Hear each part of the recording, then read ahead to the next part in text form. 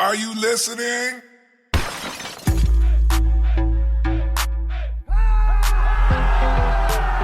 Welcome to The Roar, the reaction podcast for fans of the Detroit Lions. My name is Demetrius. With me, as always, my super producer, Mike Ward. We hope you enjoy today's podcast. We hope you enjoy every podcast. You can find us, as usual now, on Spotify, SoundCloud, YouTube, Facebook, Twitter. We're everywhere. So anywhere you go to get your podcast info, you should be able to find us. Generally, The Roar Podcast. You're going to need the whole thing because there's a lot of roars. On Twitter, we're at City Roar. Or you can always, we even have an email account. You can email us. So you can find us pretty much anywhere you find your podcasts, and we hope you do. We hope you give us ratings and reviews and tell all your friends about us. And mostly we hope you keep listening because you're enjoying it. So we enjoy doing it. Most days we enjoy doing it. Enjoy might be too strong a word. But again, we hope you enjoyed today's podcast, whether I enjoyed it or not. Week 11 of the 2019 NFL season is well underway, and for the Gridiron Heroes, it ended about 45 minutes ago. Lions came home to Ford Field to face the Dallas Cowboys. The final score: Dallas 35, Lions 27. We got a lot to unpack this game across the board. I had next to the Green Bay game, this was probably the game that took the most out of me. So there's a lot to decompress. And so I'm going to jump right into the particulars. Yeah, so this one, there's a lot. Like I said in the intro, there's a lot to unpack. So I'm gonna be a little all over, but hopefully it all ties together. And ultimately, I think you'll get a feel for where my head is in regards to the team in general, where the problems are and what we need to do. I'm going to try and stay on this game. It's going to be a challenge for me today. The design of this podcast has always been, as Mike and I talked about it, a reaction podcast. That's the reason we try and do it within an hour or two of the game is specifically for nights like that Monday night in Green Bay and days like today, because there's so much there. And right now it's in a different place than it will be Wednesday or Thursday when I've heard a lot and read a lot and just decompressed. This is probably, because that Monday night was such a screw job, the closest thing to what I envisioned this podcast being when we thought of this months ago. So not because it's necessarily a loss, but because there's so much there. I'm filled with something. It's not rage. It's this weird combination of disappointment and confusion, and there's some anger for sure. There's some desire to take action. And this is what fandom really is. I'm not the dude that calls into the radio station and demands everybody get fired. Just fire everybody and play for a draft pick. Tank the season. You're never going to hear me say that. I'm not even saying it's right or wrong, although I don't know that I believe it's right. There comes a point in the season where you probably have to think long term. I don't know if we're there yet, but today is what I envision this podcast being, because I have a lot to get to. So I'm going to apologize up front if I get going, if I jump down the rabbit hole and go on some rant, if I'm talking too fast, if Mike has to use the whistle once or twice. I'm going to apologize, blanket apology right up front right now. So take a breath. Particulars. We're going to start with 509 total yards that the defense gave up today. Wow. Yeah, 509 yards. 322 in the first half. Dallas had 24 points at halftime. Giving up 500 yards in an NFL game should be hard to do. It shouldn't be. There's only so many possessions. There's only so much time. The Lions had 312. The disparity isn't the point. 312 is probably representative of an average offensive football game, which without number 9, without Kerryon Johnson, at best, their offense is average. I'm going to try not to bash the coordinator today. No, that's not true. Forget I said that. I know, I already know a couple of times that's going to come up because my mind is filled right now with so many things I want to go over. I'm mostly worried about staying on format and not going long, which there's no rules. It's up to me and Mike. That's the beauty. And Mike has told me he doesn't care. The Bears don't start for another 3 hours. So I got plenty of time. I'm not going 3 hours on the pod, but I'm tempted. Well, I wanted to get started really early so that Mike could enjoy his Bears tonight. But 509 total yards given up is a big piece. I'm probably going to come back to it once or twice. I need that to stand out to you. That is the terminology. It was just too easy. I mean, take analogy. Candy from a baby, hot knife through butter, whatever one you want to pick. That's what 509 total yards means. It was easy. It was easy for Dallas. And it was easy in a way that I didn't expect it to be easy. I said last week I fully expected Zeke to do what Zeke always does. It wasn't the case. Now he had a solid game. I think he had a touchdown rushing, and he seems to always score on a screenplay. Last year it was a long one, like 75 or something. Today's was shorter, but of course he scored on the screen pass. He probably had 73, 74 total yards, something like that, because he didn't carry the ball a lot, but he was effective, which is what you need to do. All in all, somehow I'm going to slip in compliments to the defense in this segment, in this podcast, which is weird because my overarching theory, 3 overarching points. The first one is that the defense is so bad. It's so bad. It's hard to describe how bad it is. Like right after the game, my friend Art texted me, right? He just said 2 words, fire Patricia. I'm fired. I'll get to that. But I wanted to just make a single comment about the defense. And then by the time I finished texting, I had made like 4 without trying. But okay, I'm staying with the particulars. I'll get to all of that. Dallas had 75 yards rushing. Not a big deal. They didn't kill us today on the ground. We actually kind of contained Zeke. The Lions had 121 yards rushing. You want to be happy on 28 carries. I want to be happy about that, except I'm not. Why? Because Bo Scarborough, who I'll get into more, had 55 yards on 14 carries. Some tough runs, some solid runs. There's something there, and I'm still an hour after the game trying to figure it out, and he's going to come up a lot in the podcast. That's fine. But the reason I'm not is because 51 of those yards, almost half of those yards, came from Driscoll on one was designed. I'll give it credit. I think it got 10 or 11. The rest of them were just busted plays that he improvised. And there are people out there, and we'll probably hear from them in #OnePride. You can turn on talk radio in Detroit all week, and you'll hear those people calling in. They're going to call in and talk about how exciting Driscoll is. And Stafford can't do things Driscoll can do. Whatever. He had 51 yards rushing. So those rushing numbers are not only, although I liked what I saw from both Scarborough, and it's not Scarborough, it's Scarborough, for the record. You're going to hear that mispronounced a lot. And I care about stuff like that for some reason. But the running game at times looked effective.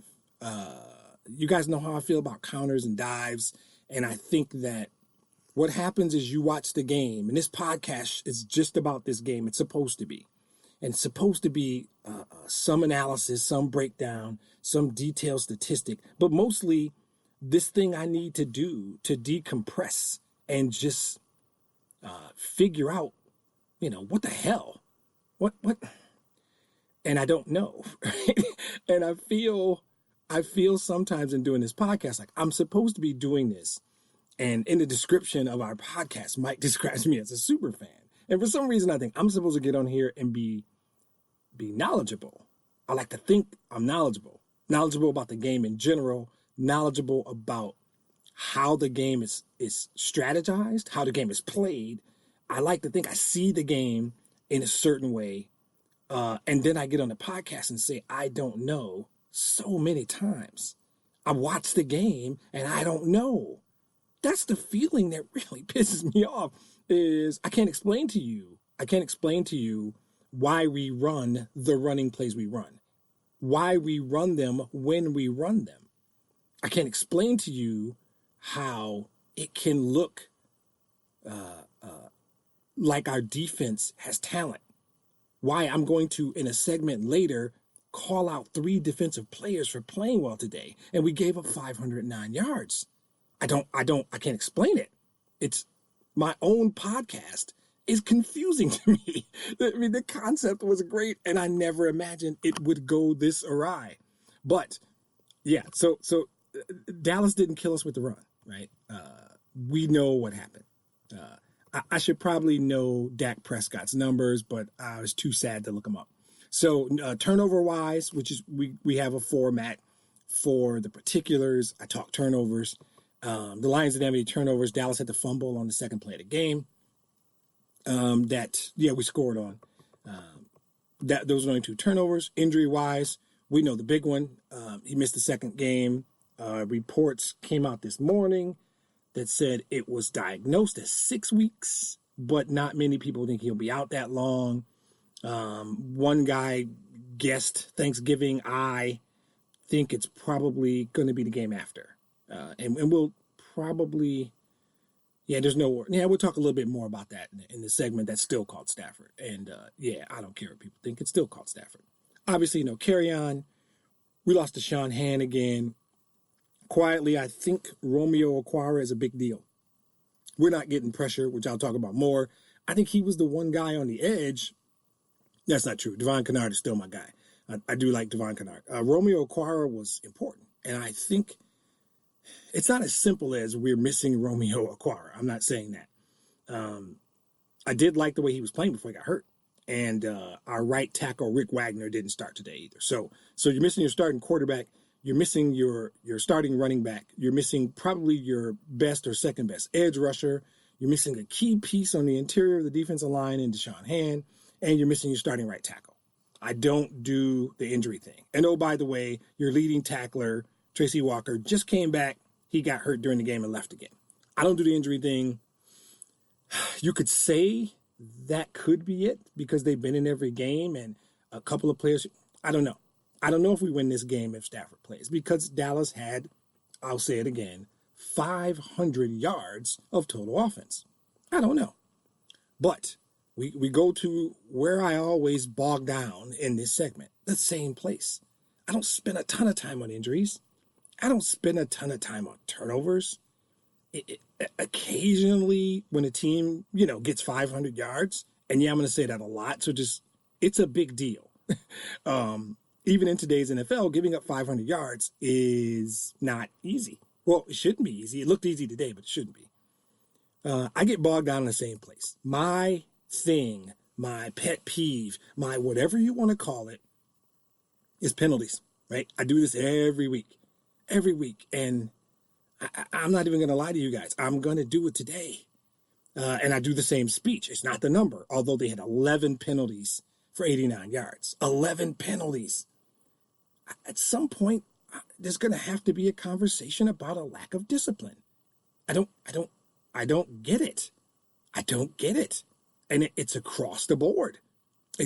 Dallas had 6 for theoretically 45 yards. The yards never matter. I always say that. It is, of that 11 penalties, how many of those were impact penalties? Impact penalties. Now, I have 5 on the top of my head. No work, no research, no, 5 of them on the top of my head. Maybe more than 5, because I think it's more than 5, right? In the first quarter, they're up 7-0. This is where you lose the game and people never realize you lose the game, right? They had just gotten a 3-and-out on Dallas on their second possession after scoring from the fumble, and now we have the ball. Agnew brings it back almost to the 50. There's a block in the back. You bring it back 12, 15 yards. Next play, Decker commits a holding penalty. That drives dead. Just like that. That's it. 2 penalties, 2 consecutive plays. Instead of 1st and 10, near midfield, up 7 with a chance to, wait for it, put your foot on their neck and stomp them out. To further support the cause of one day building a trophy room, you don't. You commit a block in the back, which could have led to the good return, and then Decker commits a holding penalty. Now I know why Decker held, because I'm going to get to Taylor Decker. I'm going to spend some time on Taylor Decker today. He got his ass handed to him. Robert Quinn did work all day on Taylor Decker. There's a conversation about Taylor Decker that needs to be had. But that is early. It's like really early in the game. First quarter, the drive is dead. A drive that probably would have led to 3 because you were almost at midfield. Could have led to 7. How different is that game if it's 14-0? How different is the game if it's 10-0? Those things that happen. Later, down 17-14. Agnew runs a kickoff back to the 30. Bring it back on a hold. Next play, Joe Dahl holding. Just like that. 1st and 17 at your 13. Now, they got bailed out because McKissick caught a little screen flat pass and got the first down. But it's the same deal. You are and this gets me heated and excited because this is nothing that Dallas is doing. Yet, like in this game, you have an opponent who is doing everything they can to stop you, to prevent you from being successful. Fine. This is not what this is. This is you screwing yourself.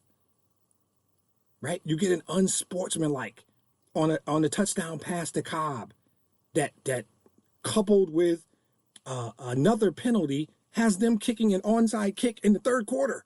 What the hell is that? What is that? That's 5, 6 penalties I've mentioned right there. They had a play where they had 2 penalties on the same play. Ineligible man downfield and a holding. And that was a 30-yard catch. 30-yard catch, brought it back. Huge, right? They get a big first down on another play. Hockenson gets a false start, 1st and 15, drive dead. That's like 9 penalties I just mentioned right there. That's 9 of the 11. Impactful penalties, like 15 yards here, bringing back first downs, leading to them keeping them. It's quietly, as much as the defense sucks, and trust me, nobody knows the defense sucks. As much as, well, no, a lot of people know the defense sucks. I'm not special or unique. Everybody that watches them knows the defense sucks. The defense sucks. But I'm telling you, this team lacks discipline. This team commits impactful, harmful, horrible penalties that drive me bananas. And I don't get it because they do it every week.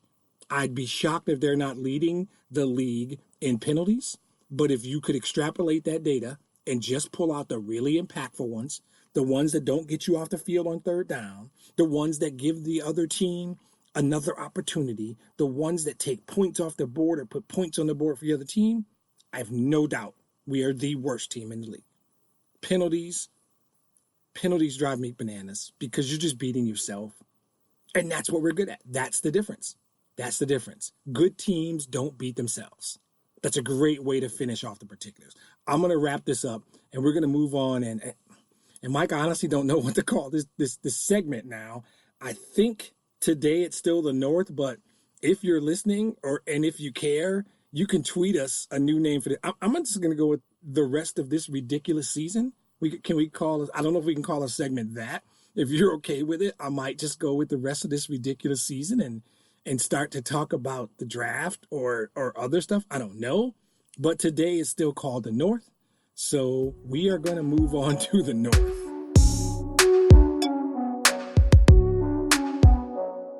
Now for the rest of our division, what we're still calling the North.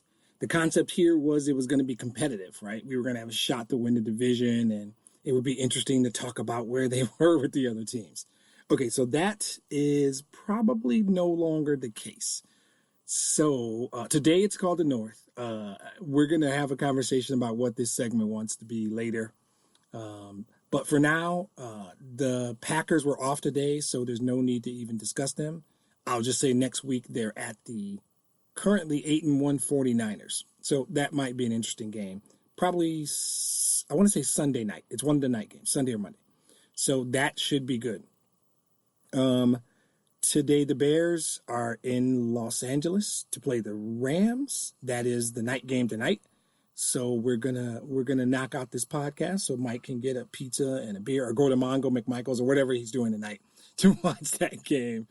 And the Vikings went down 20-0, sleptwalk through the first half against Denver, and then woke up and ended up winning the game 27-23.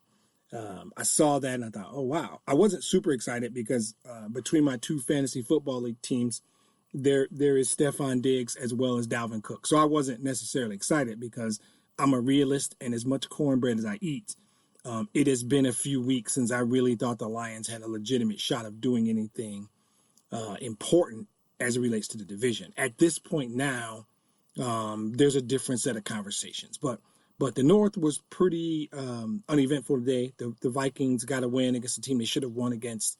They only played half football, which is going to eventually bite them in the ass.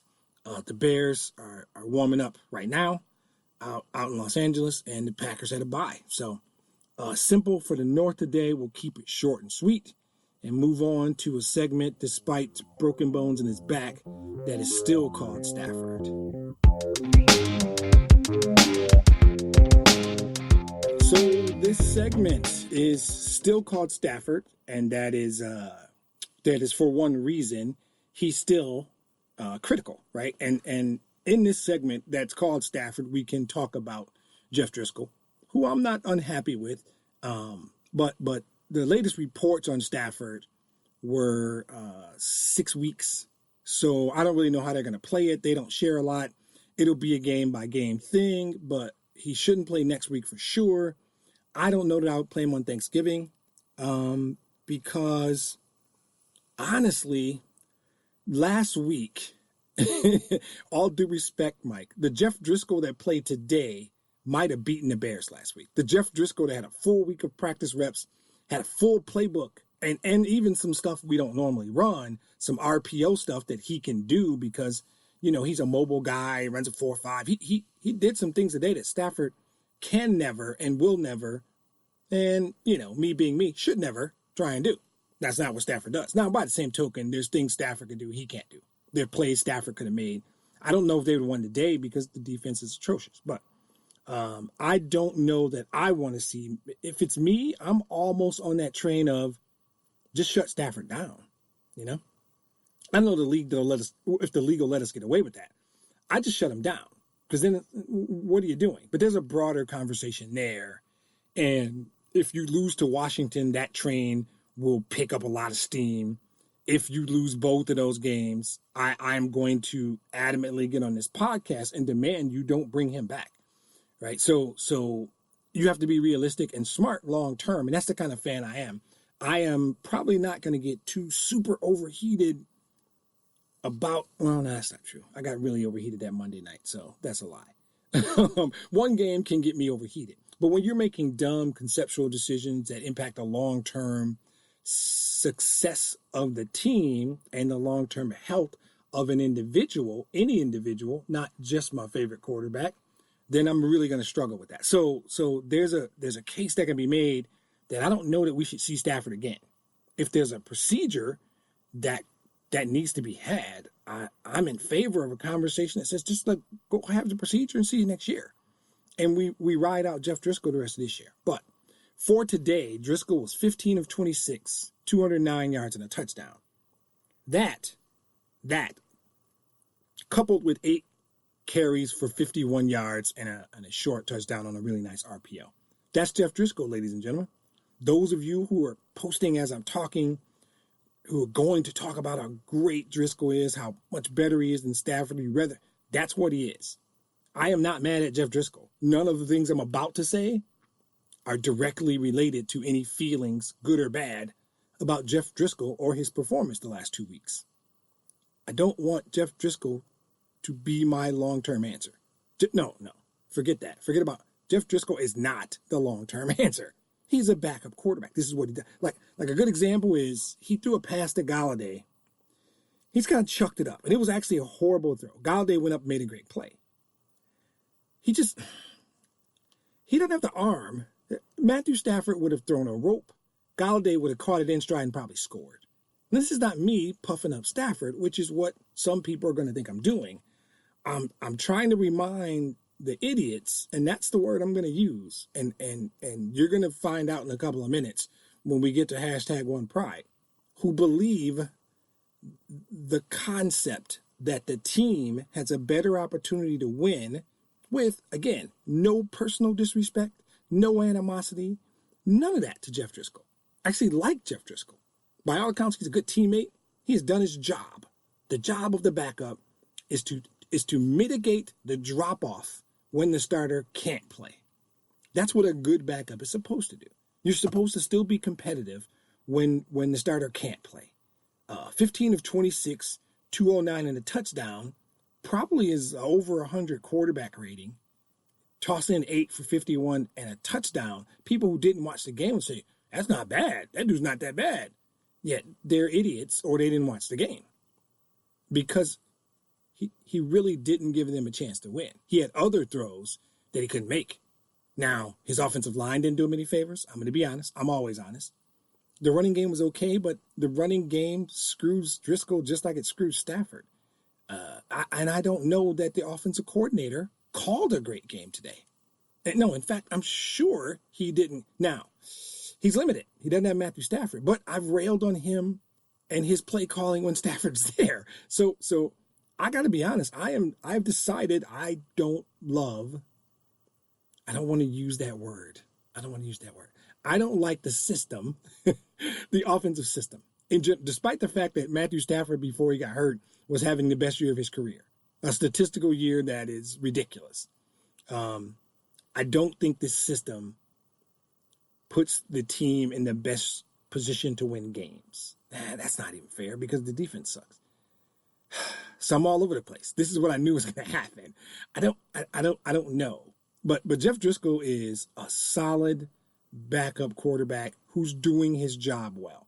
So I don't want anybody to misconstrue any of this, to do his job well. Do I think we could have won today with Stafford? I think we probably could have won today with Stafford because I think we would have scored more points. I hope I'm right. I like to think I'm right. But none of it may matter with the defense that we have. So there's not a lot more to this.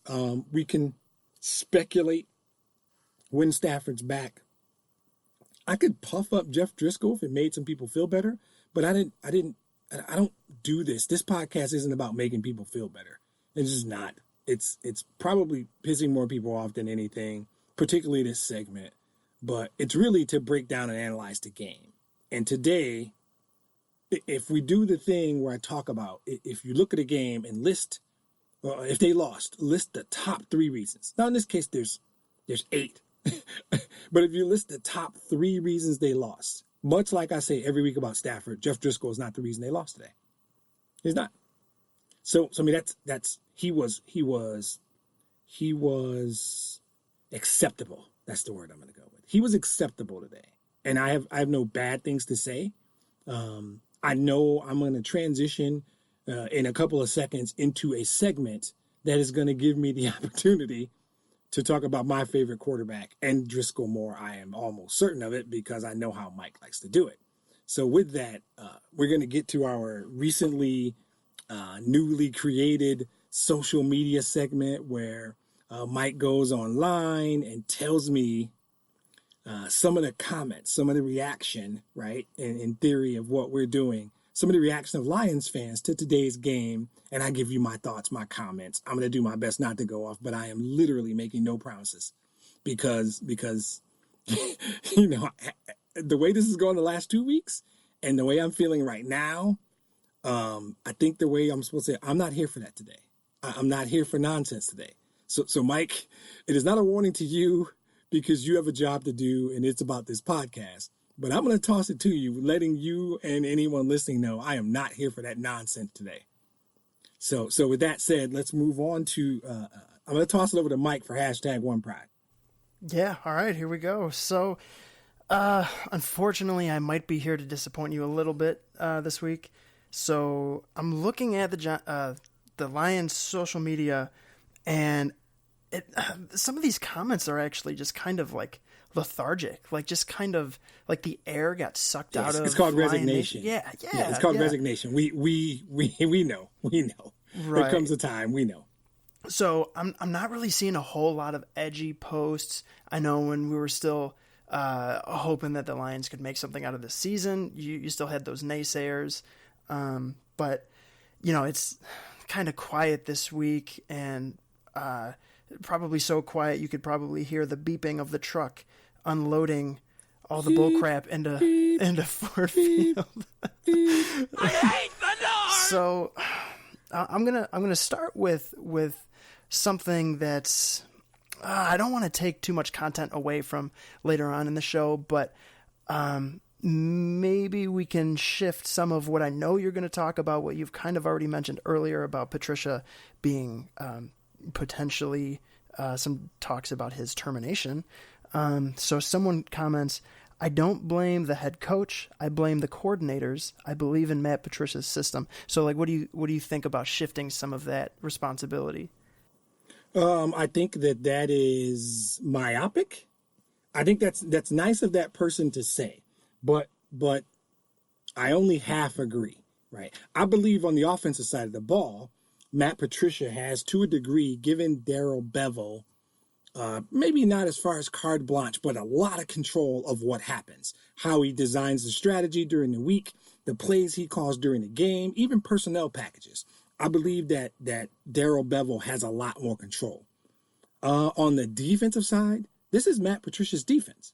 Paul Pasqualoni is probably a very nice man. His job, unlike Darrell Bevel's, is not to come in and bring your scheme, which Bevel brought from a team in Seattle he took to the Super Bowl, and a really good team in Minnesota prior to that. So with Bevel, it was more like, hey, bring your system in, implement your system, the system you used in Minnesota that made Adrian Peterson the best back in football. Although God and Adrian Peterson's parents probably had more to do with that than Darrell Bevel. But utilizing that skill set correctly. Bring in that system where you utilize Marshawn Lynch and Russell Wilson, and you helped get that team to a Super Bowl. I think that's the concept on the offensive side. On the defensive side, it's, hey, Coach Pasqualoni, and I guarantee you Matt Patricia still calls Pasqualoni coach with some type of loyalty, respect thing that I may have for some people in my field, but he brings him in and they're on the same page. They agree on what that system is. They are one mind as far as I'm concerned. So I put much more accountability, much more responsibility for the horrible performance on the defensive side of the football on Matt Patricia, equal to Paul Pasqualoni, if not more so. Whereas on the offensive side, you have probably never heard me complain about Matt Patricia relative to the lack of a running game, the horrible performance by the offensive line. Those are Darrell Bevel complaints. So I partially agree. On the offensive side, it's Bevel. On the defensive side, Pasqualoni and Patricia are one mind, one unit, one scheme, one person. So Patricia owns half, if not more than half, of my fire relative to the really, really crappy performance of the defense this year. So another user says, Lions are absolutely horrible, with 2 exclamation points. Patricia is nowhere near close to being a defensive whiz. He was vastly overrated and has definitely underperformed. Not 1, not 2, but 3 exclamation points.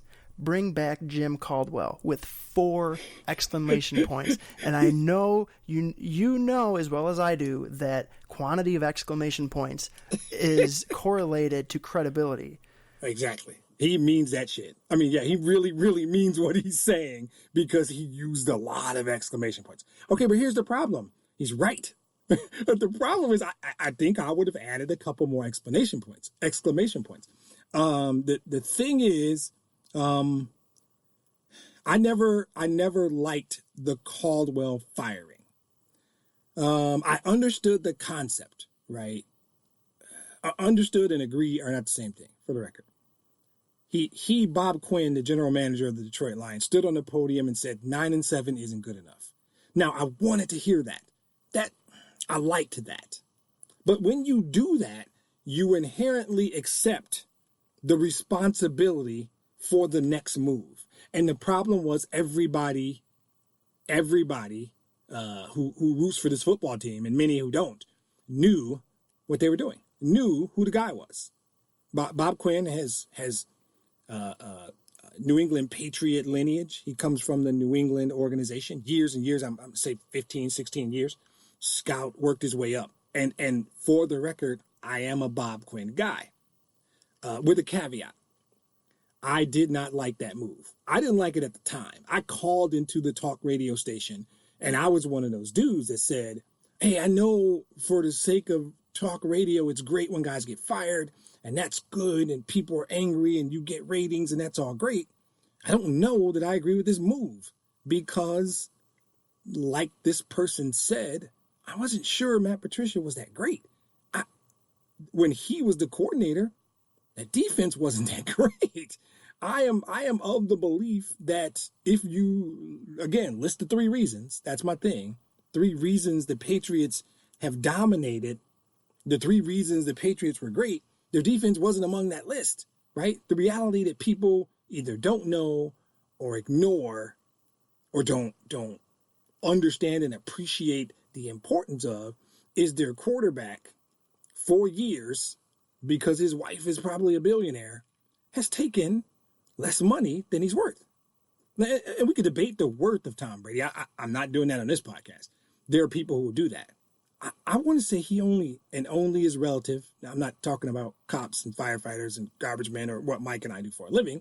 I'm talking about quarterbacks in the National Football League. He only makes, I'm going to say $15 or $16 million, which, understand, I think Stafford's at 27 or 28, and he's 7 or 8. Guys are routinely signing deals that pay them $30 million a year. And just without jumping way down the rabbit hole, when the guy who might be the best who's ever done it, certainly in the top 4 or 5 every year in his career, is taking half the money, half the going rate. You have another 10, 12, $15 million a year that you can spread across the rest of your team. That might be a linebacker. That might be some rush in. It might be 3 players that fit your system. It doesn't matter. It gives you a competitive advantage. So when people say to you, I just don't get why the Patriots have been so great for so long. Well, because for a good portion of that time, probably half or more, they have been getting a bargain at quarterback. And not just a bargain at quarterback, a bargain with the greatest of all time, most likely. And don't say GOAT. GOAT is reserved strictly for Muhammad Ali. Anybody else is simply the greatest of all time. I hate that. Not going to do the rabbit hole, but I have an opportunity to mention it, so I will. There's only one GOAT. His name's Muhammad Ali. Don't call anybody else the GOAT. But Tom Brady is most likely the greatest quarterback in the history of the league, and that's given him an advantage. So I never really understood all the Patricia hype. Quite frankly, I would have probably preferred Josh McDaniel of the 2 coordinators. But Quinn loved Patricia. He knew Patricia. He thought that system was going to work. And they're bringing on overall these concepts of position flexibility, guys that can play more than one role, give you depth. And this scheme that, in theory, and earlier in the year, I talked about gives up yards between the 20s, but locks you down in the red zone. All great stuff. I said a bunch of it myself. None of it's working. None of it's working. And so now we're just talking about, forget about the mistake. Caldwell had the team on the right track. Caldwell was a good man, is a good man, was a good coach, and probably could have taken us to the next level with more talent. I truly believe that. And if you disagree, fine.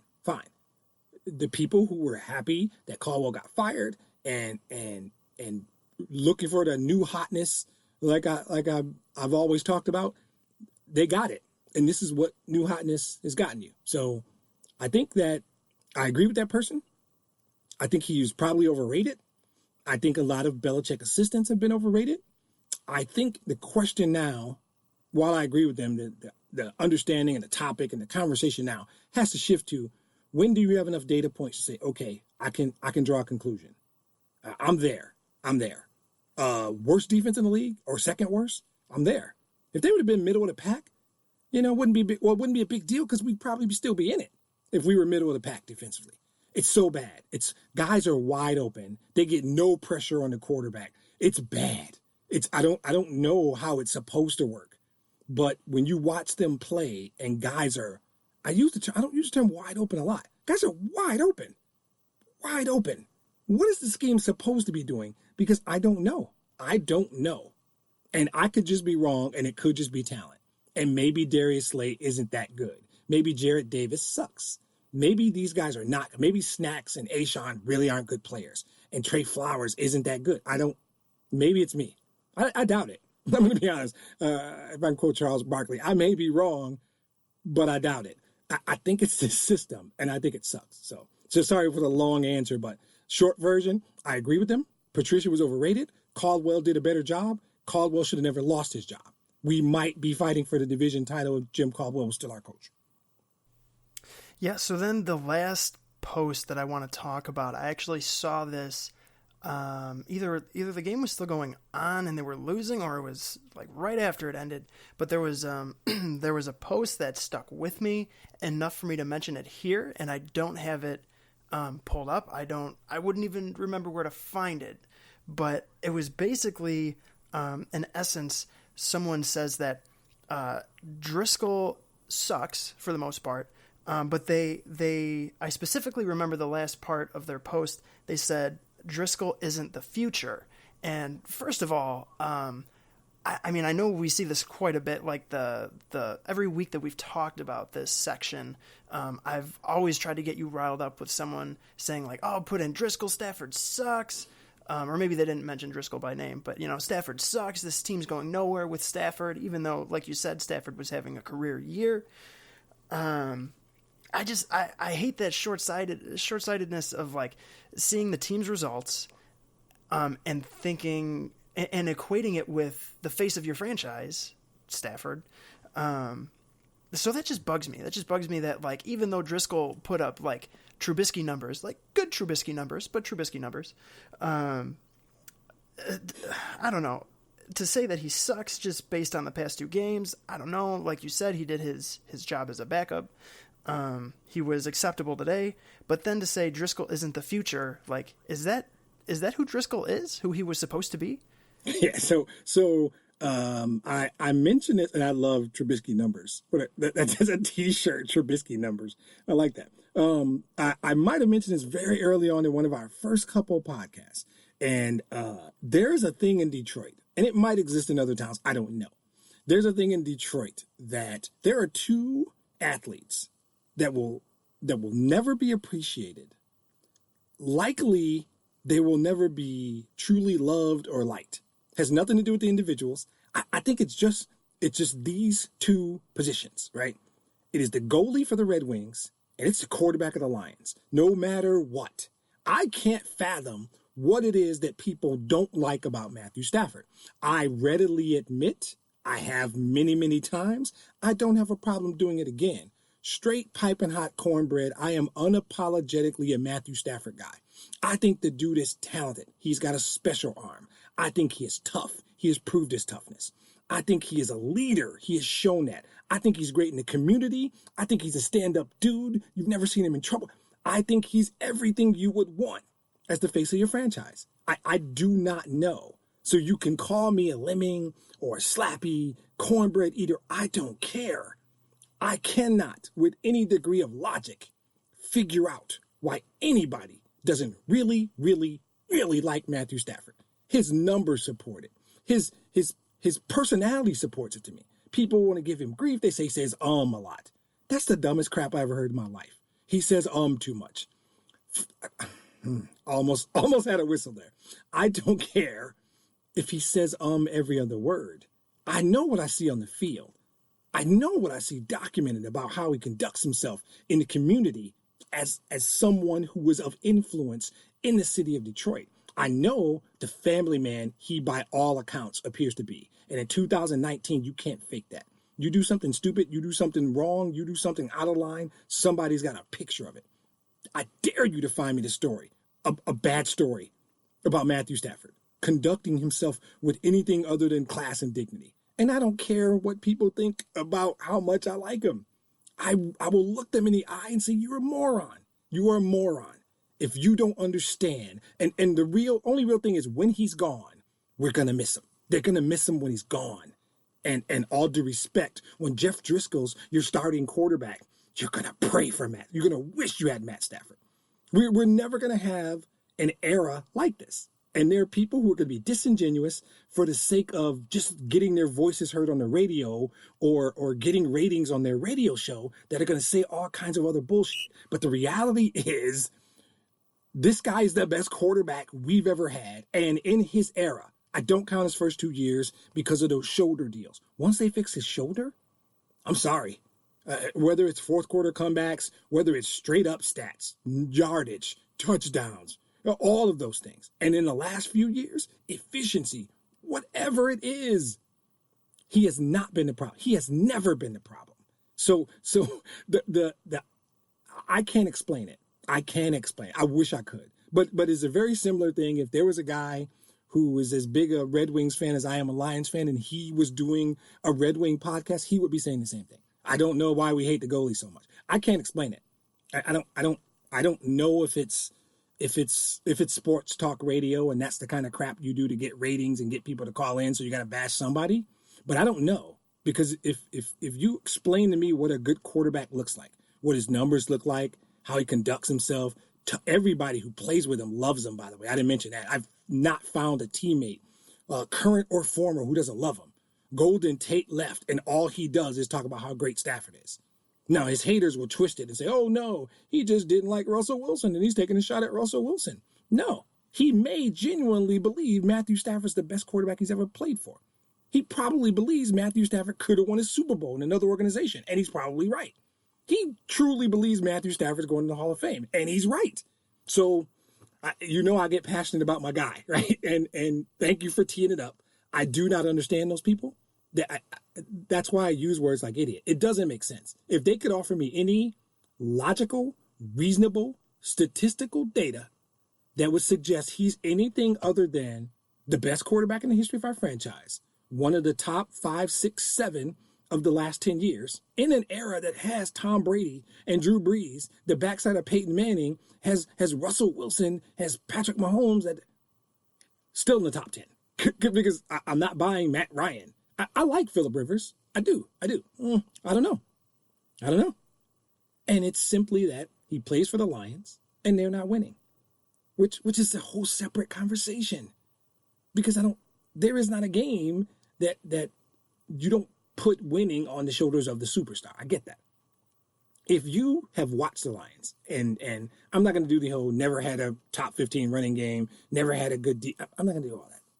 It's silly and it's stupid, and it's why I call those people's names. And I wish those people could call in and talk to me. I wish I could see them face to face, because they would not enjoy the conversation.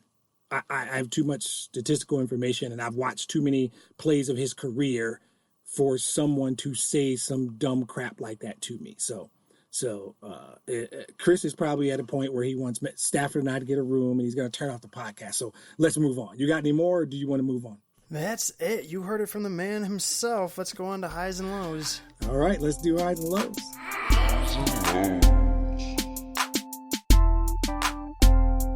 Okay, so highs and lows, again, particularly this week, I got to break down what the thought was and how we're doing this, because it's going to seem like I'm all over the place, but I'm not. We talked about it in two parts. Concepts. What kinds of conceptual things were happening during the game that you thought were impactful? And then the second part are specific plays, like individual plays, and that were very important, positively or negatively. So there's a lot to unpack today. I'm going to be honest. Today's game was a loss. I talked about the difference between getting beat and losing. Short version of that goes, sometimes you just play a team that's better. And on paper, because they have Dak, because they have Zeke, because they got Amari Cooper, because they got great players on defense, on paper, Dallas was a better team. Dallas is a better team. That's not important today. Today the Lions lost, right? I already talked about 11 penalties. I ran 9 of them off the top of my head without trying. They were impactful. They were drive killers. They were field position impacting plays that at minimum they killed momentum, if not took points off the board. So there's that part. I'm going to go into some specifics about concepts, right? The biggest one and the easiest one to go to, and as much as I want to spend a lot of time, I'm not, right? I'm going to go with we. I'm a Lions fan. I eat cornbread. I don't care. We do not have the ability to put consistent pressure on a quarterback. I could point to 2 or 3 plays today where they got there. Trey Flowers almost got there a couple times. Jarrett Davis, love Jarrett Davis, got there, didn't make the tackle. Big play, didn't make the tackle. Some kid named Atkins, I don't want to say some kid, one of the players, I don't know a lot about him, that I don't want to disrespect him, made a nice play, did his job, got there, didn't make the tackle. Didn't make the impactful play. It is, so if you are going to bring three, like rush three guys to quarterback, which seems to be the thing they do most, not always, but most. In theory, you're dropping 8 guys back in coverage to cover 5 eligible receivers. How the hell are guys so wide open? If it's the man trail position, it's not working. Justin Coleman is falling down or just getting beat, right? And I love Darius Slay, and I still think he's a Pro Bowl corner. He's one of my favorite players. He had a sure pick that got deflected. That's just a great play by Tavon Austin. The other one, like I want to say the very next play, the other one, you gotta catch that ball and take it to the house. That's the game. That's such a huge play. And he is my guy. I love Darius Slay.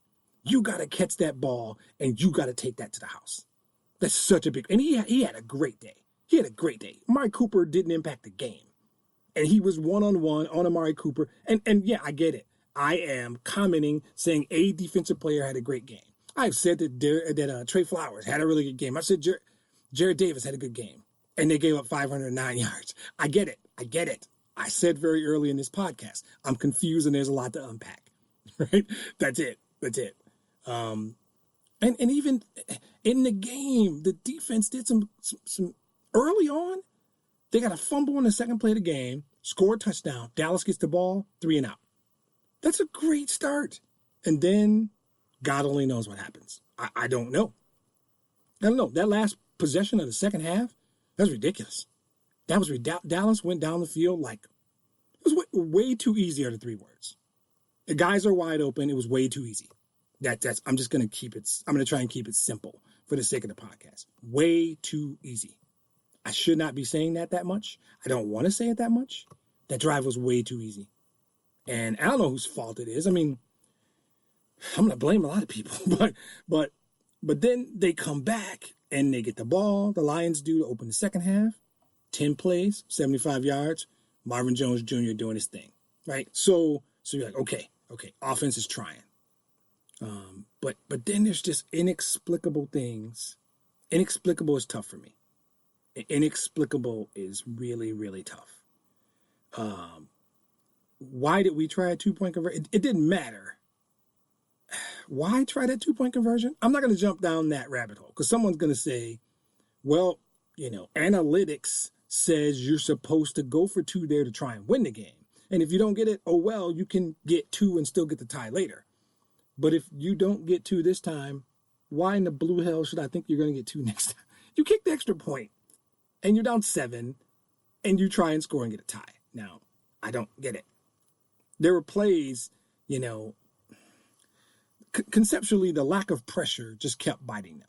I think there was it was probably 5 or so minutes left. They had a 3rd and 4. And I knew before the play started because they can't get off the field. They can't get off the field. Prescott had all day. He had all day. When you give any quarterback, I talked about this 2 or 3 podcasts ago, and I said, you can't get away with that with Kirk Cousins. You can't. You still have Dak and Rodgers and these guys on your schedule that are going to kill you. And the inability to get pass pressure, if I got to boil all this down, now there was a sequence that really drove me nuts near the end of the game. I think they had gotten to the Dallas 35 or something like that. Incomplete pass, holding penalty, sack, 3rd and 26, incomplete pass, and you punt with 2:07. 2-minute warning and 2 timeout. You're going to punt because your defense, now I know you can't go for 4th and 26, which is the point. The point is not why didn't they go for it. The point is crappy play call, particularly the 3rd down play was some kind of bootleg play to the left, which against his body, it was so idiotic. But the holding penalty, and I want to blame Joe Dahl, but it might not have been him. Probably was Taylor Decker. I don't know. But the sequence of plays conceptually, and then the decision to punt is when you had to make because you can't go for 4th and 26.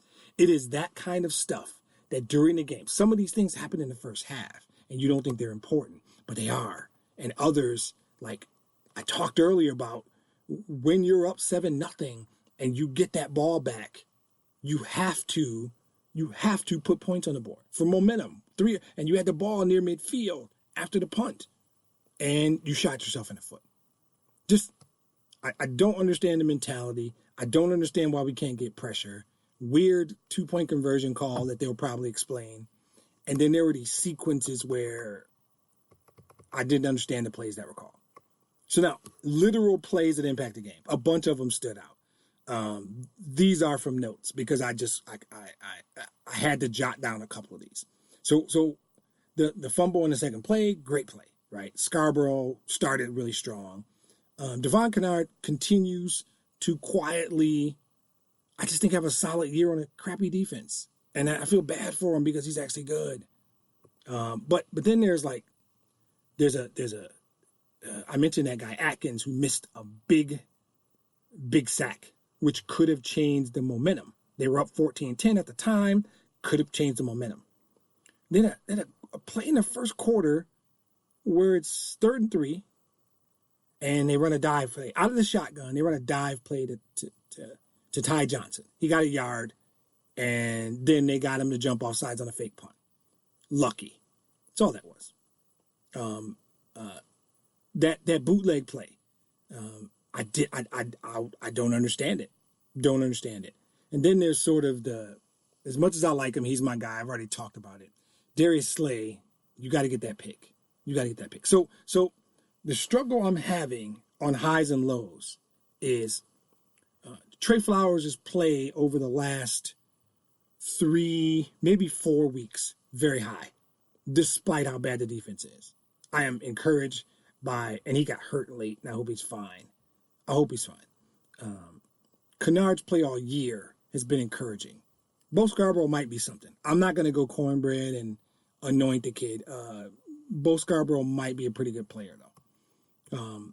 And I think that Marvin Jones just continues to make good plays. He catches the football.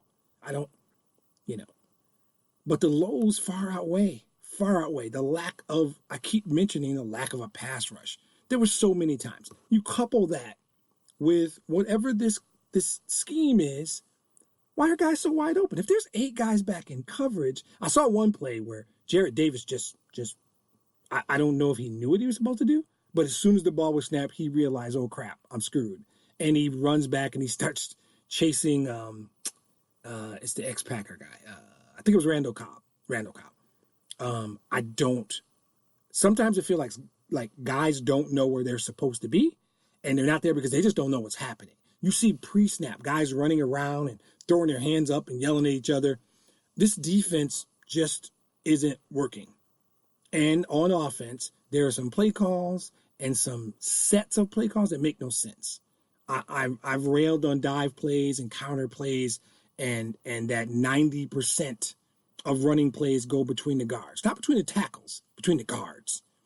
I don't understand that concept. It doesn't make sense to me. It's not working. Forget if it makes sense to me. It's not working.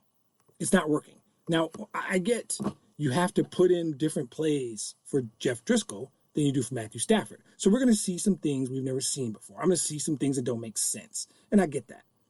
But as soon as they snap that play where he bootlegs to the left on, I think it was 3rd and 10 probably, and he bootlegs left, I just started screaming, why? It's like Tanya Harding, Nancy Kerrigan with a broken kneecap. I was screaming, why? Young people won't have any idea what I'm talking about. But it was funny.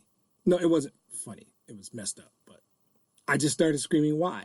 Why are you running a bootleg against his body? And he ultimately just kind of chucks it and you punt. I don't like to do this always, particularly the low part, because it means I'm confused. I would rather they get beaten. Today's podcast is tough because they lost again. I think Minnesota beat them. I think to a degree, Kansas City beat them. Oakland made plays. Now they lost the Oakland game. They definitely lost the Monday night game. But I don't mind. I don't like it, but I can process them getting beaten. Those are going to be boring podcasts. When they get beaten, the Minnesota podcast probably wasn't that great because I just got on here and said, look, they got outplayed. The ball ran down their throat. Cousins made plays. The defense got pressure. They got beat today. maybe not an exciting podcast. Great for me. Great for my blood pressure. Great for my long-term well-being. Great for my sanity because I can process that. Monday night was next level. The Oakland game was very frustrating because it was really one or two plays changed that whole game. Today, they beat themselves in many, many ways. Many, many ways. And it's hard. It's hard. So there's a lot of lows. I want to try and... This segment was work for me to pull out what did I like. Did I like anything today? I like flashes of Scarborough. I still like Flowers and Kennard. I still love Darius Slay. I don't know. I don't think we're a good football team. At the end of the day, good football teams don't do this. Good football teams don't consistently beat themselves with lack of discipline and lack of ingenuity and creativity from the coaching staff. Stubbornness probably is a part of this on the defensive side. I don't know if Matt Patricia is that dude that's, hey, I'm smart. I'm a rocket scientist. You're not going to tell me my system doesn't work. Okay. Your 3-6-1 record is telling you your system doesn't work. Do something. I don't know that they're going to do anything, but this is bad. This is bad. 11 penalties, 6, 7, 8 of them were really painful. The inability to put pressure on the quarterback is frightening. And the wide open, particularly on the run side, because they didn't really get gashed in the running game. Guys aren't just like making great catches, and quarterbacks aren't making great throws. Guys are wide open. And those things, just those three. And I could go 3 more if I wanted to. I really could go a minimum 3 more, but I'm just going to stick with those 3. No pressure, guys wide open, and whatever the third one was. So that's enough. I'm going to go on, and this is a good segment. Like, we talk about a guy, and there were guys that played well, and there were guys that obviously didn't. But I'm going to move on to the next segment. Here's a guy. Okay, so this segment should have been tough today because we played like crap. This should be just bad guys, all bad guys. Except that's not me. That's not how cornbread works. So cornbread allows, and cornbread I'm not going to describe. If you're listening, you've listened before, you know what cornbread is. Cornbread is the product that allows me to see good in a very bad situation. It allows me to watch this game and somehow list 3 defensive players as good guys, as having played well today after giving up 500 total yards. Somehow, but I do see it. So this podcast is a lot about, wow, let's look at the stats and then what did you feel, right? And I still feel like Devon Kennard's a really good football player. I don't know I know he had 1 sack, and I don't know what his stats are. I know when I watched the game, I saw Devon Kennard almost making plays or making plays. Same thing for Trey Flowers. I think Trey Flowers has just put together 3, maybe 4 good weeks of film. Not that the film matters because he's not going anywhere, but 3 or 4 really good weeks of film. And I hope his injury is not significant because he was just starting to play really well.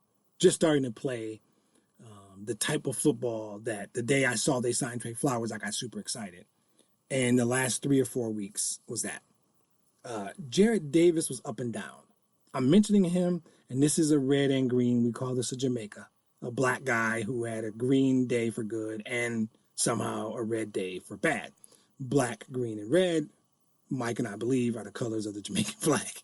I didn't verify it or confirm it. It is meant to be funny, not disrespectful to Jamaica or its flag. I think Jarrett Davis played well in spots, but he still has a tendency to get there and not make the play. Big time sack that should have been, that wasn't. I think he forced a fumble on the second play from scrimmage, but he is still a middle linebacker that I see talent, and I'm seeing these guys, and it makes my head want to explode that our defense sucks so bad with me naming 3 guys, right? So Kennard, Flowers, and Jarrett Davis, I think are all good players. I think I wanted to put Darius Slay in here, but it's gratuitous because I like Slay. And he didn't get that pick. And I couldn't do it. He shut down Amari Cooper all day. They barely threw over there. I think He gave up one pass to Gallup on a play he was covering Gallup.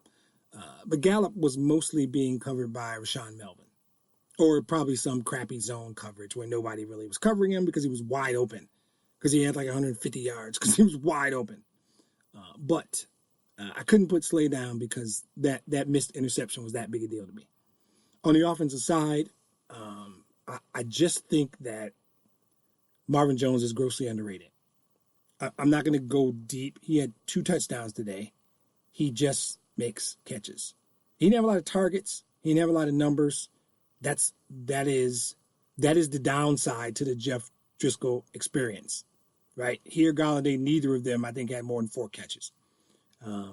That's what you get. That's what you get. Driscoll's throwing Hawkinson and McKissick, and that's what you get.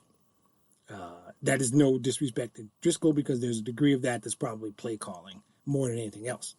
But Marvin Jones is a really good football player, and all he does is make plays. So Bo Scarborough, not Scarborough, Scarborough.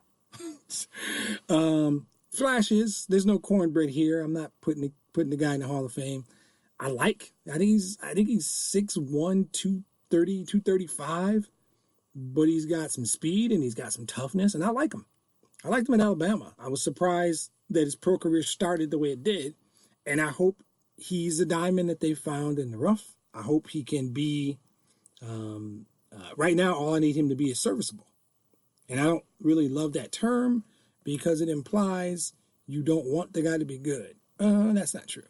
I need him to be serviceable, because I think if Nine's your quarterback, which I don't know if I want that the rest of the year, sidebar, we might be getting to that time of our season where it's about seeing what some young players have.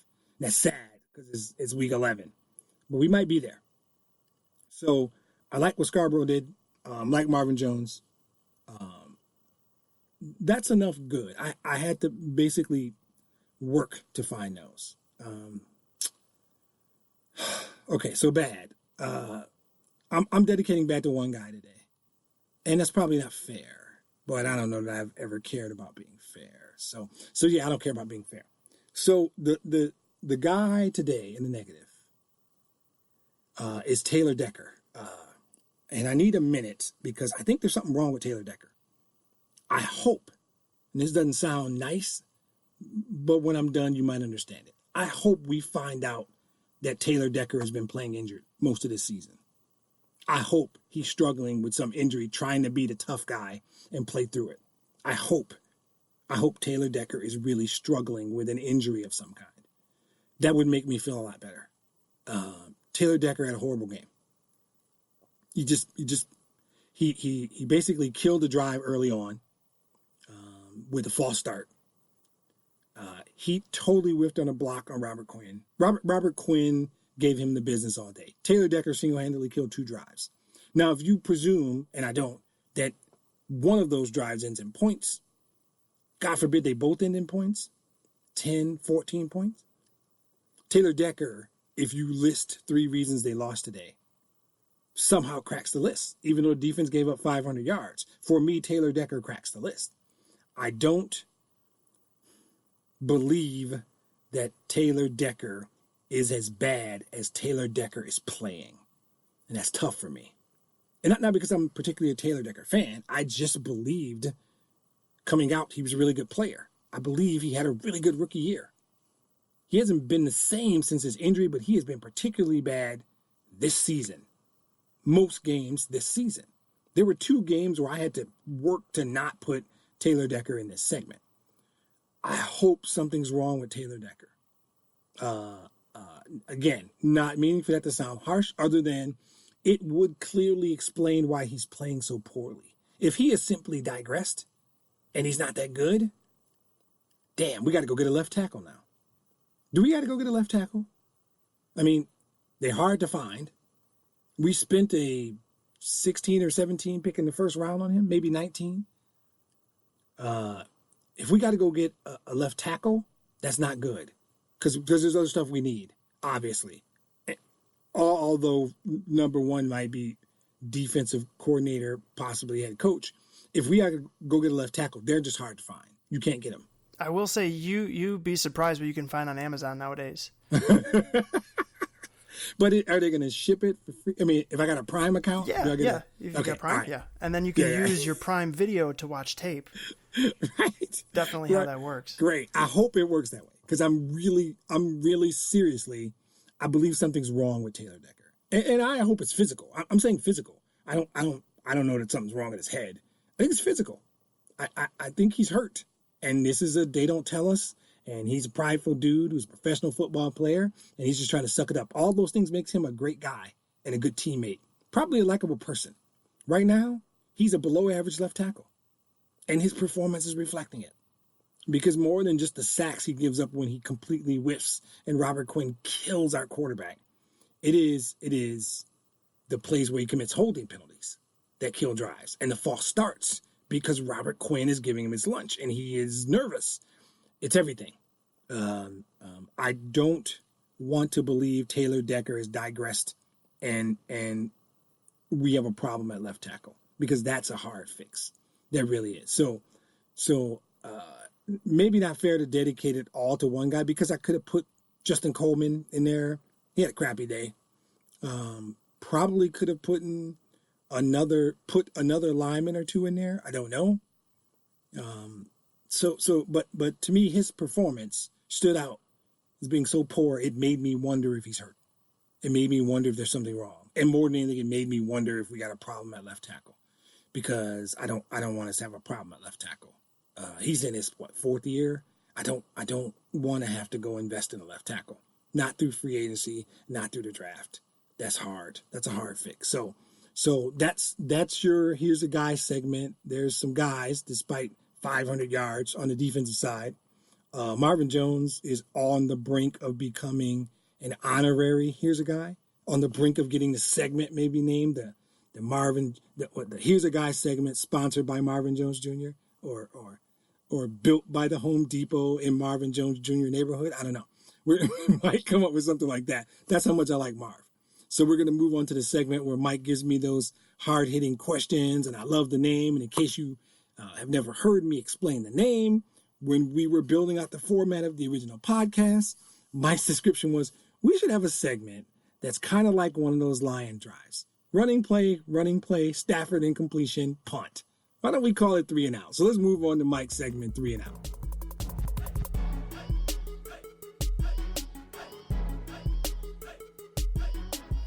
All right, for today's segment of questions, I'm looking forward to it.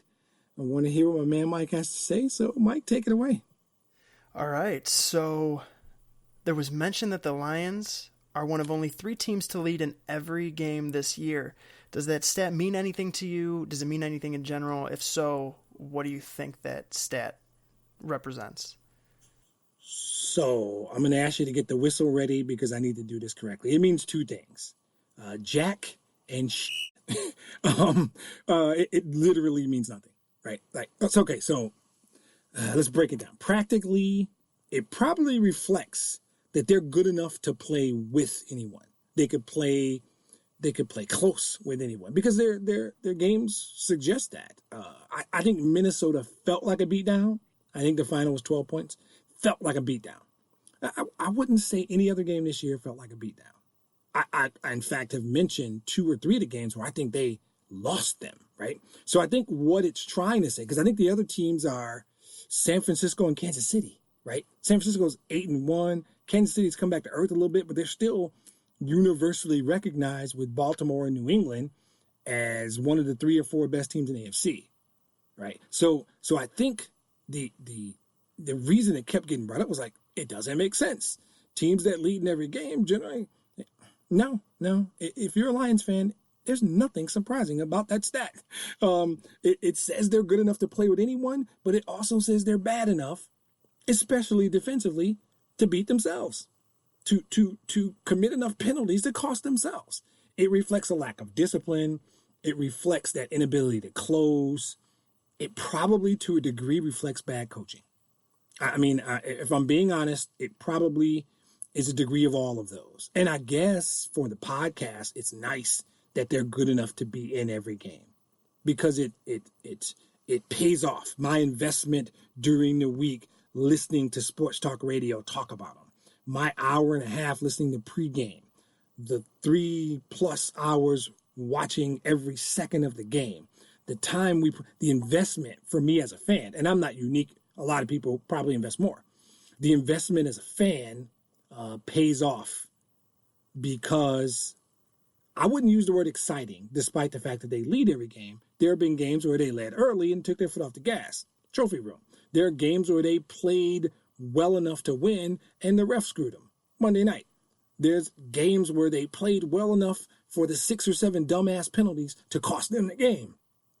See Oakland. See Kansas City. See today. So I guess it is meaningful in that if you're not a Lions fan, you will say they're an exciting watch. They're always in it. It's generally close, outside of, I would say, Minnesota. But even that game might have been a 6-point game with a few minutes left. That game felt like a beatdown, though. Felt like at no point did I think Minnesota wasn't the best team on the field. Every other game, I would say, okay, I guess. But when it's over and I'm setting up to record this podcast, I still feel the same.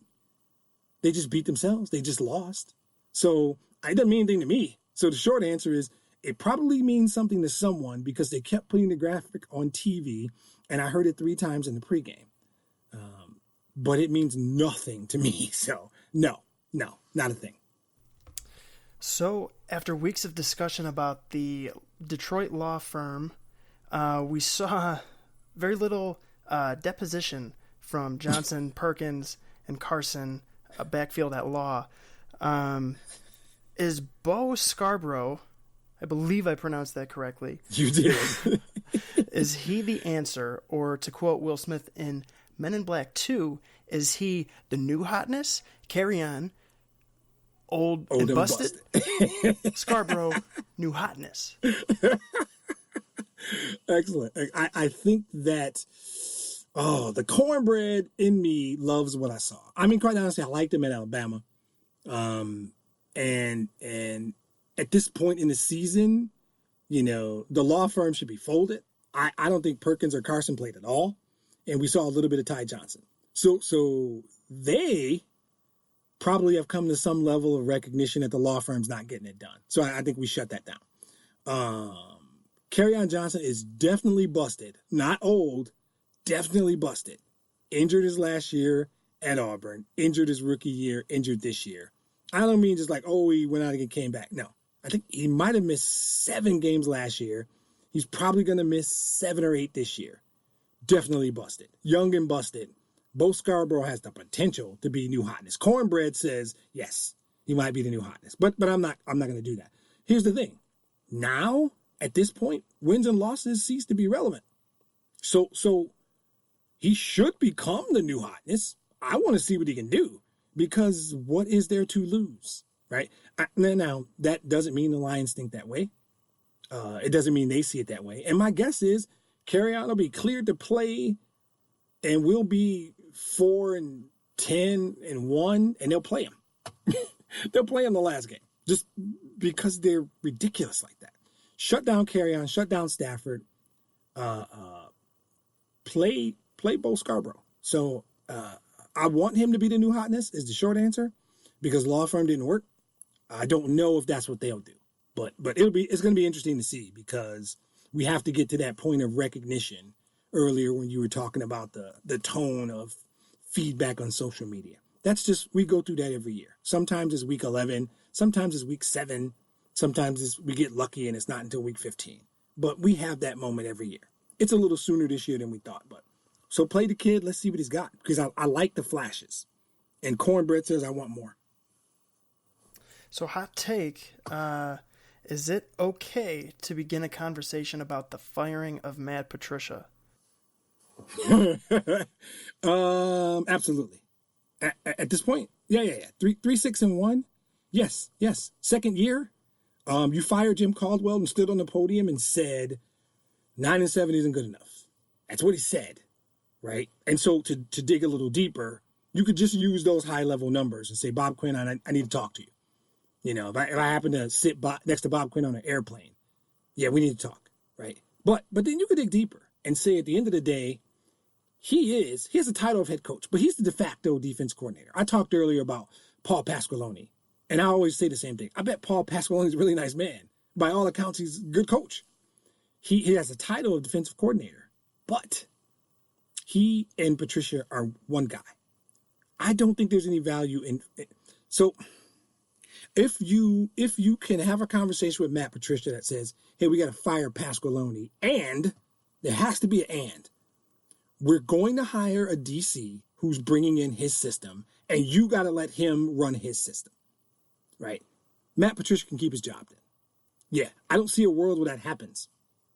I don't see a world where Matt Patricia is good with that.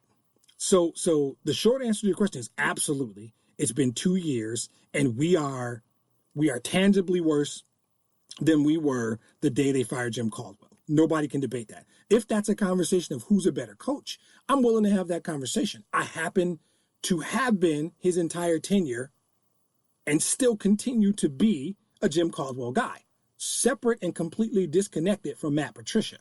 My feelings about Matt Patricia were initially, okay, he comes from a winning organization. He needs time. He needs personnel. Give him time.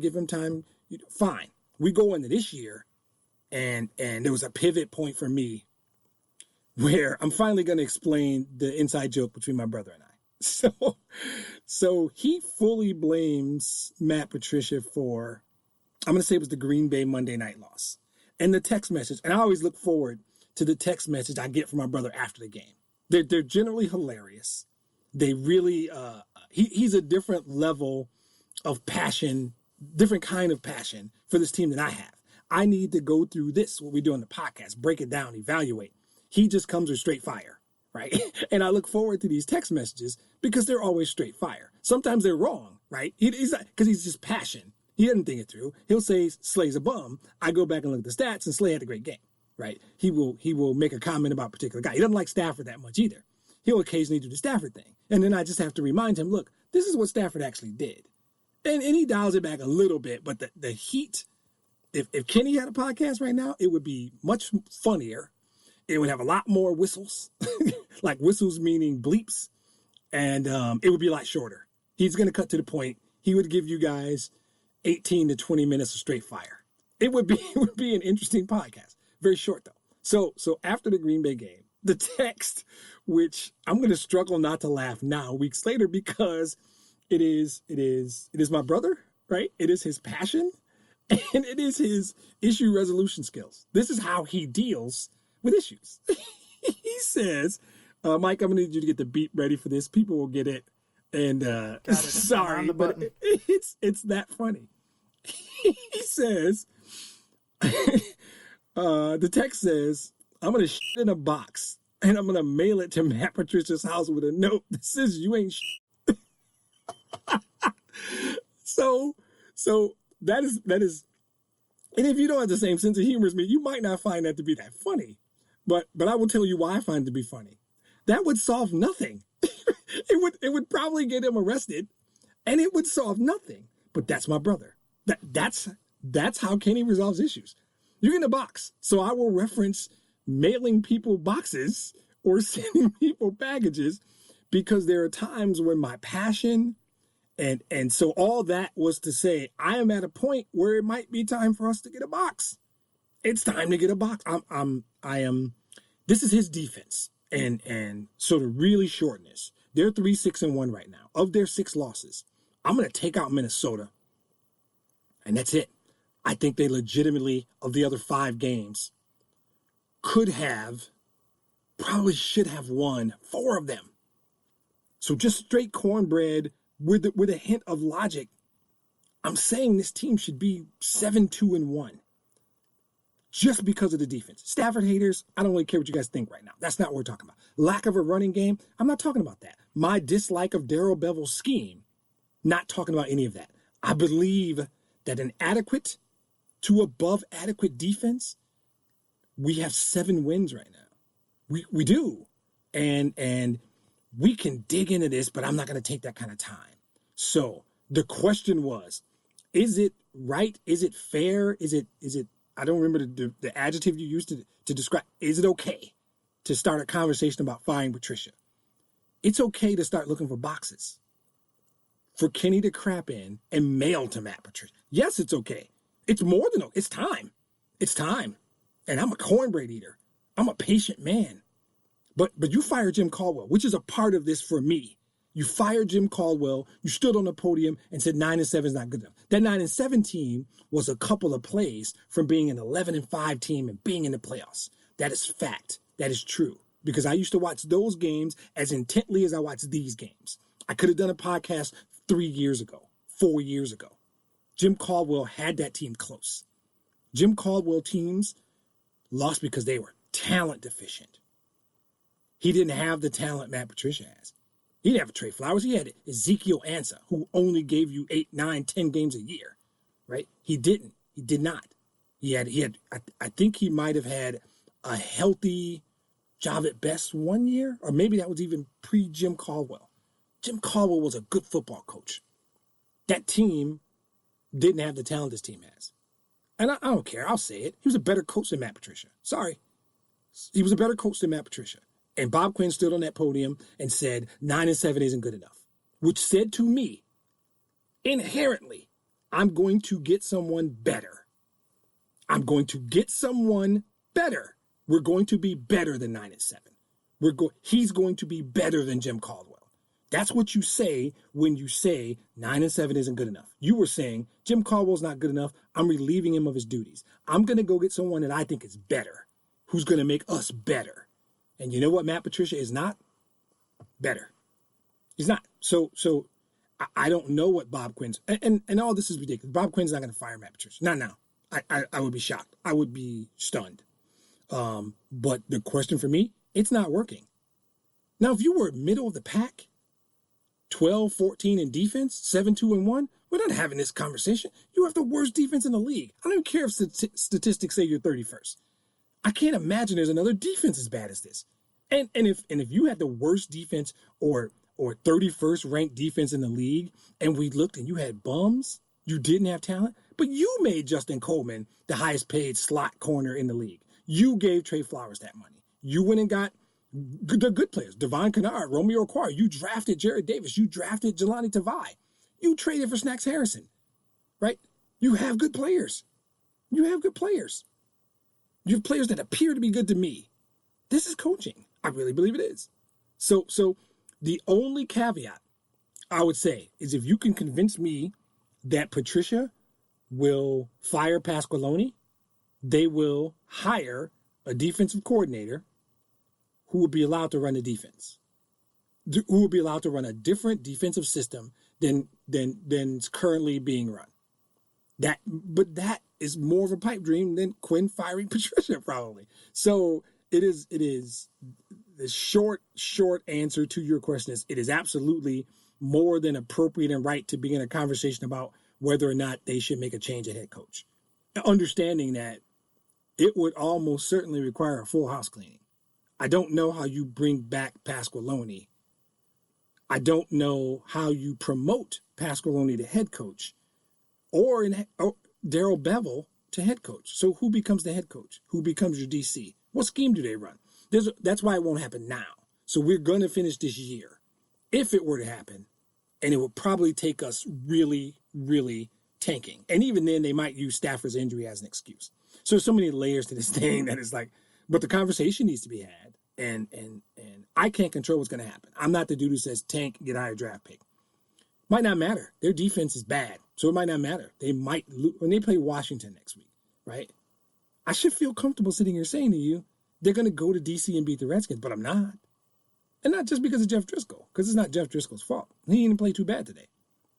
I don't know that Washington doesn't put up 30 points, because everybody puts up 30 points. So I don't know. It's not a hard question to answer, but when I jump down the rabbit hole, which I assumed I would, and really start to evaluate it, I don't see how it can happen during the season. Because if you fire him and promote Pasqualoni, I'm sorry, that makes no sense at all. It's the same dude, same scheme. If you fire him and hire Bevel and keep Pasqualoni, it makes no sense at all. So it probably isn't something Bob Quinn is even considering. And even if he is, I don't know if the timing is right. And in all honesty, when I'm really, really less emotional, When it's not, Sunday, an hour and a half after the game, talk to me Thursday, I'll say, nah, just play it out. Shut down Stafford, shut down Carry On, play this thing out. Fine. Finish 4-11-1, 5-10-1. Give me a nice draft pick. And then in the offseason, let's reset this whole thing. Now, that's not my natural inclination, but I could see that. So definitely time to have the conversation. And it will be. If you listen to this pod and you probably listen to Sports Talk Radio, it will be. That's going to be part of the topic this week. Absolutely. So it is time, and it will happen. So I don't think there's any doubt about that. But it's tricky, too. So because of the New England link, Quinn and Patricia, because Pasqualoni is the DC, who do you promote? There's a lot to unpack. So, yes, I hope the conversation, no, I don't hope it. It will probably begin. But there's also the, hey, Stafford was hurt, we don't really know. Carry On was hurt, we don't really know. We still need a few pieces, blah, blah, blah. So, who knows? With that, we're going to do what's next and close this thing out. It's been fun. Mike's got a game to get ready for. So I'm going to go ahead. Excellent questions. I'm going to go ahead and close this thing out with a segment we call What's Next.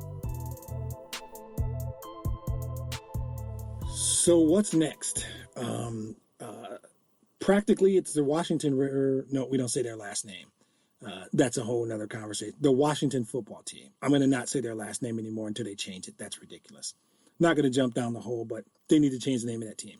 Next week, the Lions go to D.C. to take on Washington. Washington is 1-8 when I started recording because I don't know when they play today and I didn't bother to look. I don't know if they won or lost today, but they are playing a rookie at quarterback. And, I could do the thing where it's like, they're the 1-8 Redskins. We should be able to go there and beat them. I just said the name, didn't I? I did. That's all right. That's all right. Bleep that out. Yeah, exactly. Use the whistle on that. I'm fine with it. Because I really don't want to promote that name. I feel bad about it. Not only feel bad, I just think it's dumb. I think they lost the trademark, right? A couple of years ago, a few years ago. I hope so. I hope somebody sues them and they lose a bunch of money. That's horrible. I could do a podcast on that kind of dumb stuff, for quite a while. The Washington football team in D.C.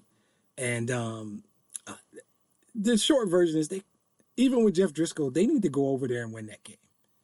I'm not going to be hurt if they lose because I'm very, very close to draft mode. I'm very, very close to adding a pre-draft segment to this podcast. But a lot of it is, they, and I talk about trophy room mentality. They might come out and go, listen, trophy room mentality is we try and win every game. We try and stick around and run the table, although Minnesota is coming in. No, we got to go to Minnesota, and the Packers are coming in at the end of the year. They're going to talk about next man up and blah, blah, blah, run the table, finish 9-6-1. We got rid of blah, blah, blah, remember? Yeah, no, we totally did.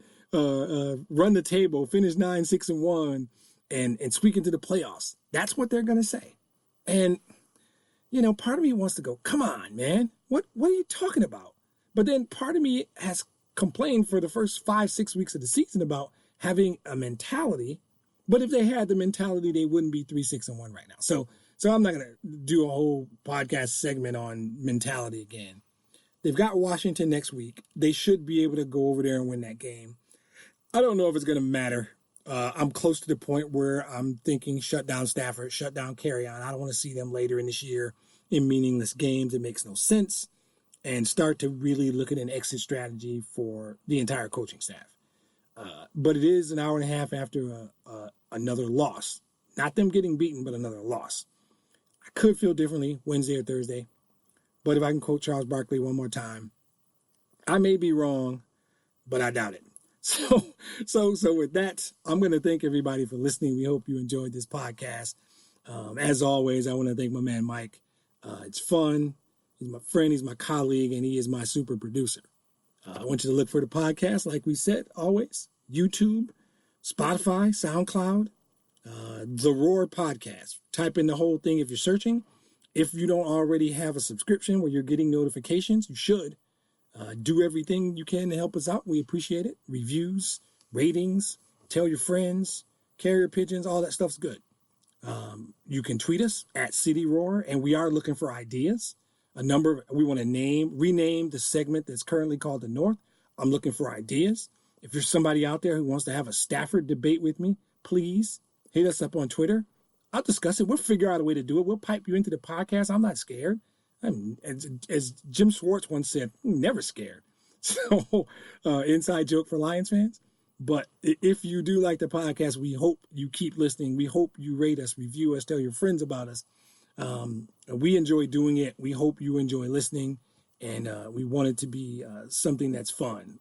We do it for fun, and we hope you enjoy it. So for the musical contributions, as always, special thanks to Verified Picasso, Otis McDonald, Wayne Jones, Density and Time, The Grand Affair, Young Logo, spelled Y-U-N-G, Diamond Ortiz, and MK2. Thank you, everybody. We will talk to you next time. We're out.